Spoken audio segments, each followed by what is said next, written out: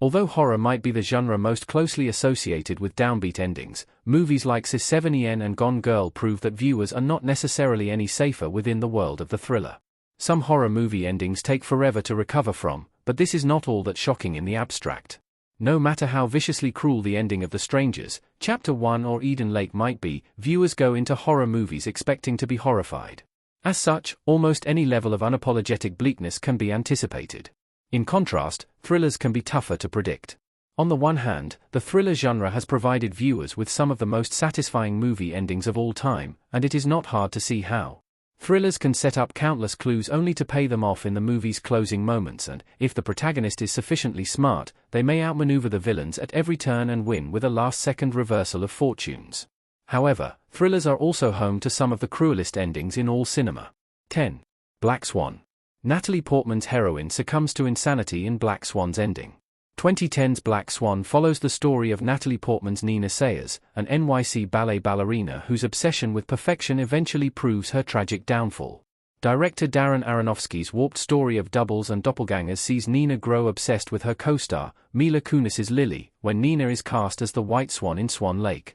Although Lily and Nina initially become friends and even lovers, as Nina's stress accumulates, she starts to view everyone around her as a threat to her all-important performance. Winona Ryder's bitter former star ballerina and Barbara Hershey's controlling mother don't help matters, and Nina is soon losing her grip on reality entirely in the days leading up to the performance. This culminates in a dazzling, shockingly dark finale wherein Nina seemingly murders Lily and then performs her role to rapturous applause, only for viewers to discover at the last second that she stabbed herself, not her co-star, and is dying in the movie's crushing final moments. 9. Fallen. This underrated Denzel Washington takes a nasty turn. 1998's Fallen starts out like any number of the Silence of the Lambs knockoffs, as Denzel Washington's taciturn detective searches for the culprit behind a series of heinous, seemingly unconnected crimes. However, this underrated Washington thriller takes a turn when the star's cynical anti-hero, Detective John Hobbs, discovers that the being behind the killings isn't human at all. A demonic force is the real villain of Fallen, and this demon can jump from one body to another at will to cover up its crimes. All hope seems lost until Hobbs tricks the demon into following him to a remote cabin in the woods, where he shoots himself and the demon's final carrier. Although Hobbs does die, this ensures that the demon can't possess another person and its reign of terror is finally over. Then the demon smugly jumps into the body of a nearby cat, revealing that it can also possess animals, and viewers realize that all of Hobbs' torment, suffering, and even his eventual sacrifice were for nothing. 8. Gone Girl. David Fincher's Gillian Flynn adaptation boasts an admirably dark ending. The ending of Gone Girl is infamously cruel, and there is an admirable mean streak in author Gillian Flynn's source novel that director David Fincher somehow heightens even further in the movie adaptation. After Ben Affleck's beleaguered antihero is almost blamed for his wife's disappearance, Rosamund Pike's mercurial Amy saves the day by reappearing after killing her captor.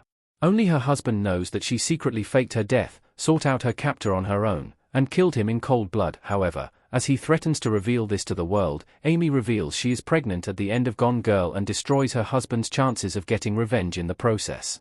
She effectively holds his future hostage, since he is now aware of the lengths she will go to when displeased, and she alone holds the future of their eventual offspring in her hands.